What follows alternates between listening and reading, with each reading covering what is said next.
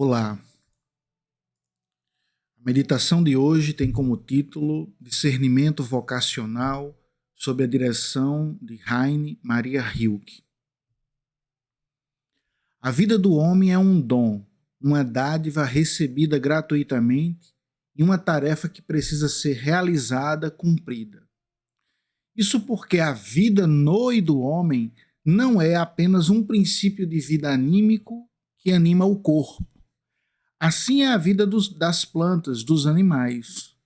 A vida no homem, porém, não é apenas uma vida natural, biológica. O homem é determinado pelo espírito.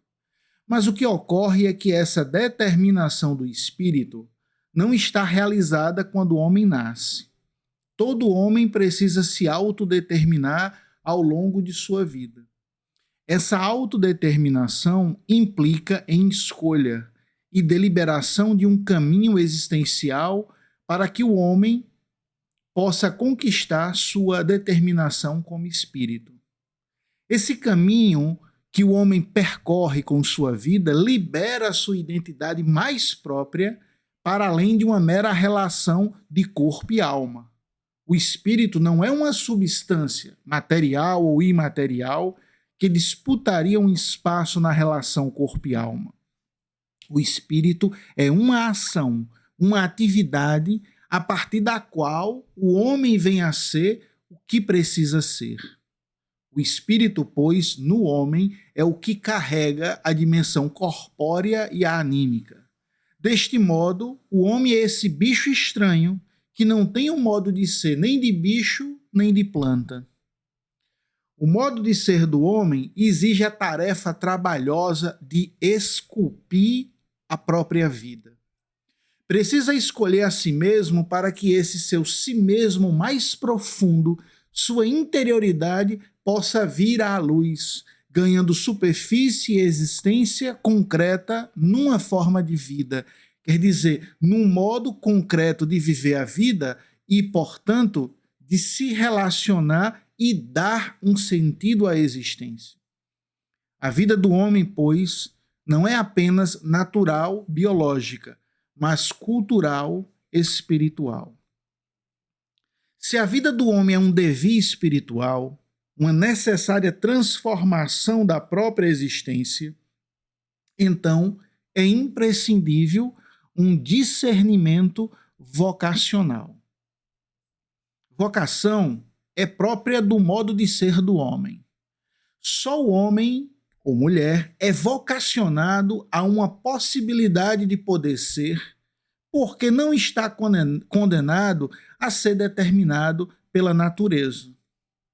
O homem não é determinado pelo que é, como uma planta e um bicho, mas ele é convocado a vir a ser um outro modo de ser. Vocação, do latim, se diz vocare, chamar.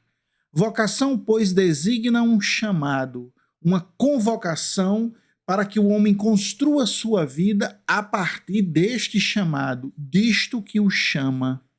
Chamado fala de uma voz que chama, clama dentro do homem.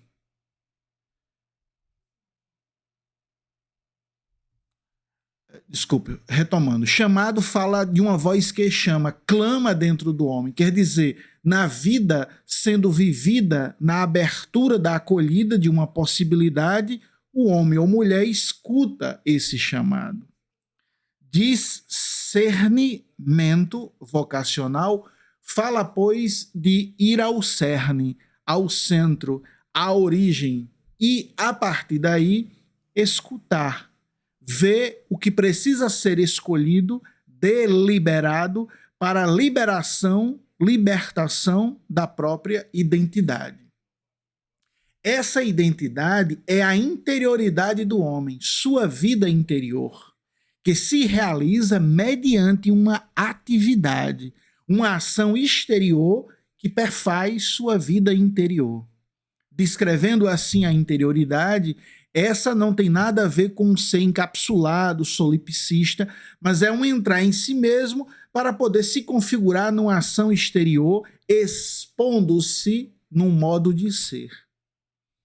Vamos tentar dialogar com Hilke nas cartas que escreve para um jovem poeta sobre essa questão do discernimento vocacional para talvez dar uma concretude à questão.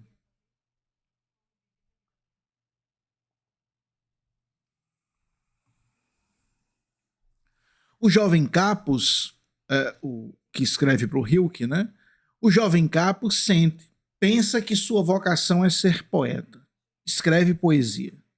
Já enviou algumas delas para várias revistas, para vários críticos, para saber se está no caminho correto, para ter certeza se tem de fato vocação de escritor, de poeta. Encontra-se numa escola militar e está para surgir um emprego que julga que esse ambiente é inóspito, não favorável para a realização de sua vocação. Descobre, através de um velho capelão dessa mesma escola, desse mesmo ambiente, que Rainer Maria Rilke, um dos mais respeitados poetas do mundo, estudou nessa mesma escola. O velho capelão lembra do jovem Rilke.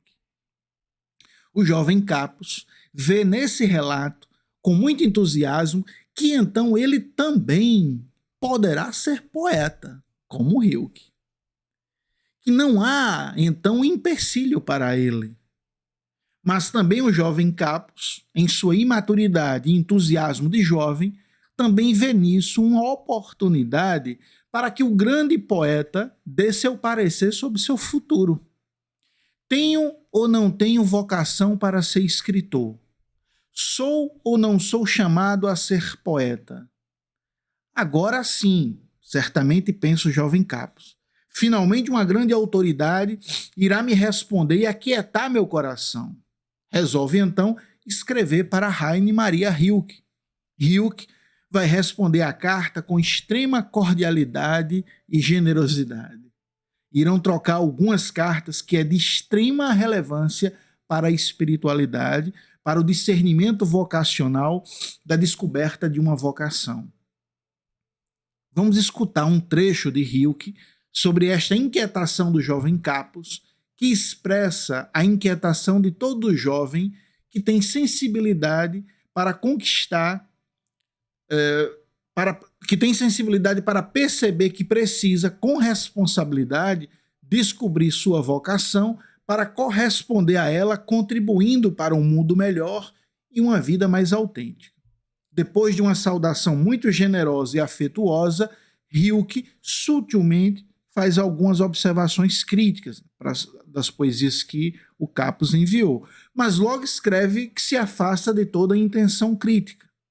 Em seguida, abaixo, destaco a seguinte passagem fundamental para a nossa meditação.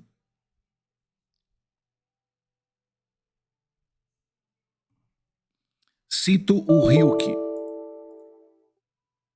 respondendo ao jovem Capus. Cito: o senhor me pergunta se os seus versos são bons. Pergunta isso a mim. Já perguntou a mesma coisa a outras pessoas antes. Envia os seus versos para revistas, faz comparações entre eles e outros poemas e se inquieta quando um ou outro redator recusa suas tentativas de publicação. Agora, como me deu licença de aconselhá-lo, lhe peço para desistir de tudo isso. O senhor olha para fora e é isso, sobretudo, que não devia fazer agora. Ninguém pode aconselhá-lo e ajudá-lo. Ninguém. Há apenas um meio. Volte-se para si mesmo. Investigue o motivo que o impele a escrever. Comprove se ele estende suas raízes até o mais profundo do seu coração. Confesse a si mesmo se o Senhor morreria caso fosse proibido de escrever. Sobre tudo isto, pergunte a si mesmo, na hora mais silenciosa de sua madrugada: preciso escrever? Desenterre de si mesmo uma resposta profunda. E, se ela for afirmativa, se o senhor for capaz de enfrentar essa pergunta grave com um forte e simples preciso, então construa sua vida de acordo com tal necessidade. Sua vida tem de se tornar, até na hora mais indiferente e irrelevante, um sinal e um testemunho desse impulso. Então se aproxime da natureza. Procure, como o primeiro homem, dizer o que vê e vivencia e ama e perde. Fim da citação. Continua a meditação. Rilke frustra as expectativas iniciais do jovem Capus. Não dá o que ele pede, o que ele quer. Rilke evidencia, para não ter dúvidas, sobre o procedimento equivocado do jovem. Você pergunta se seus versos são bons, já perguntou a vários outros e fica chateado quando recebe uma recusa de publicação. Rilke escreve que não pode ajudar o jovem. Poderíamos pensar que Rilke está sendo duro, sem coração, pois como grande poeta, reconhecido como escritor, não custaria nada dar um parecer.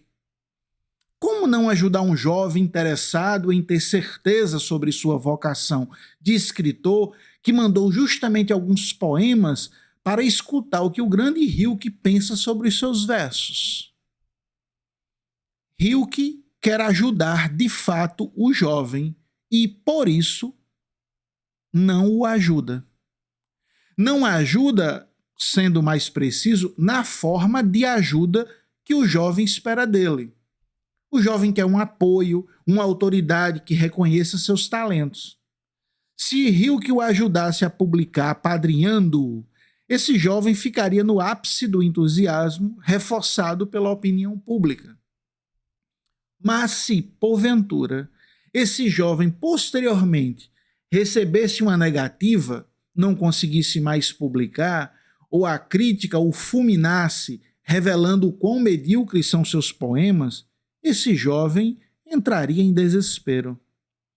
Rilke, pois, o ajuda na forma mais essencial.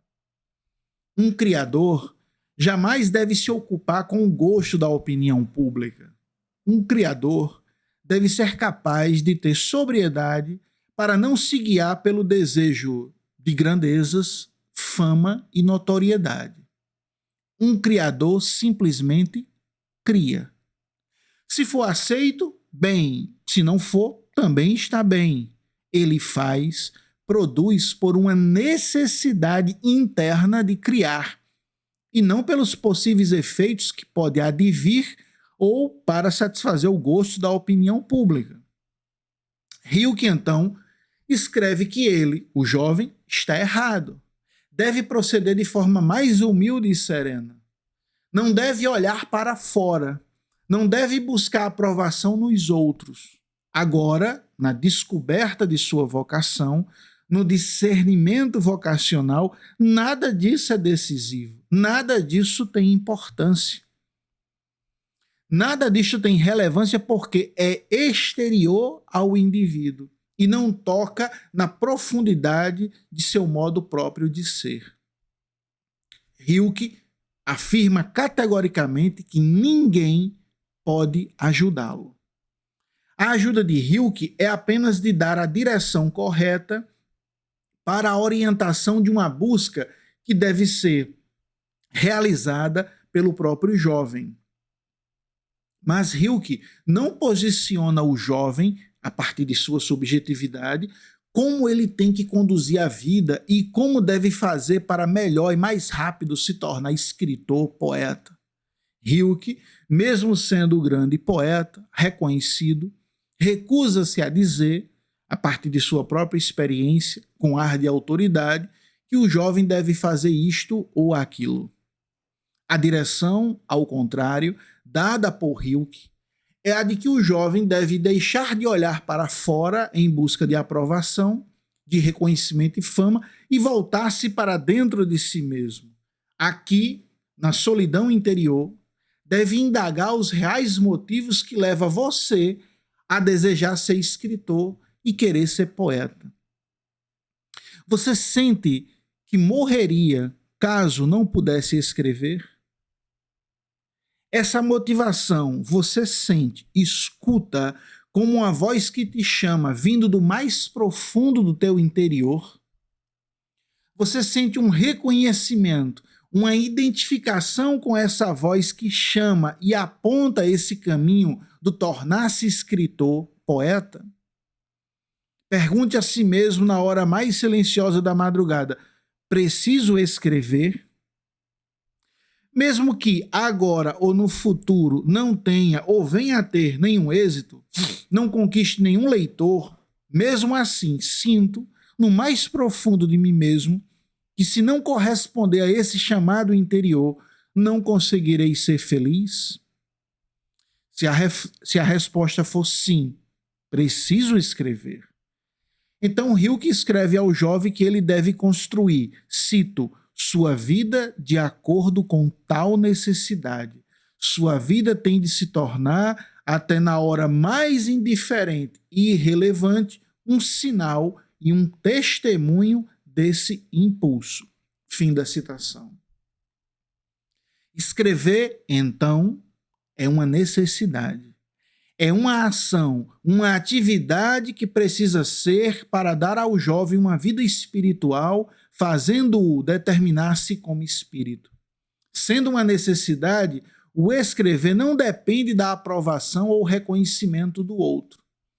No final da citação acima e na continuação que suprimi aqui, Hilke escreve que o jovem precisa exercitar o escrever. Tendo discernido, quer dizer, entrado no cerne em seu interior e tendo descoberto a necessidade da vocação do escrever, é preciso exercitar-se na vocação. É preciso que a necessidade do escrever seja uma ação espontânea na vida do indivíduo. Como escreve Hilke, cito novamente, sua vida tem de se tornar, até na hora mais indiferente e irrelevante, um sinal e um testemunho desse impulso. Fim da citação. Veja, até na hora mais indiferente e irrelevante, você precisa escrever. Você precisa testemunhar essa ação que liberta tua identidade. E assim, no exercício dessa ação de escrever, Hilke pede para que o jovem tente descrever com um olhar virgem do primeiro homem o que vê, ama, perde, vivencia. Bonito isso que Hilke ensina, né? O homem ou mulher vocacionado quer dizer que descobriu em si mesmo a necessidade da tarefa de cuidar, cultivar e desenvolver o chamado, uma missão a realizar na vida, sem que a fama ou o anonimato que resulta disto seja o que determinará o êxito da vida de alguém. O fracasso da vida não é ter conquistado fama e notoriedade, mas não ter realizado a própria vocação. A missão que cada um sente, escuta a partir da própria vida, convocando-o a fazer dela uma vida, mais plena. A graça, a alegria está em permanecer no seu lugar vital existencial, realizando sua vocação, sua missão, seja no anonimato mais escondido ou na vida que se torna uma vida pública pelas circunstâncias da vida.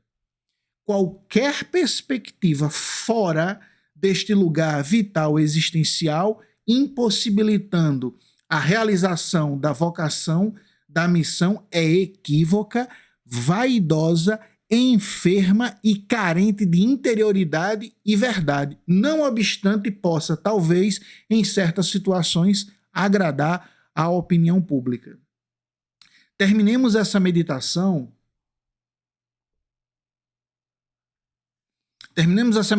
Com duas pequenas citações do monge trapista Thomas Merton. Na verdade, uma pequena citação e uma frase. Cito a primeira citação do Merton. Descobrir a vocação não significa correr para algum prêmio além do meu alcance, mas aceitar o tesouro do verdadeiro eu que já possuo. A vocação não vem de uma voz lá fora me chamando para ser algo que não sou.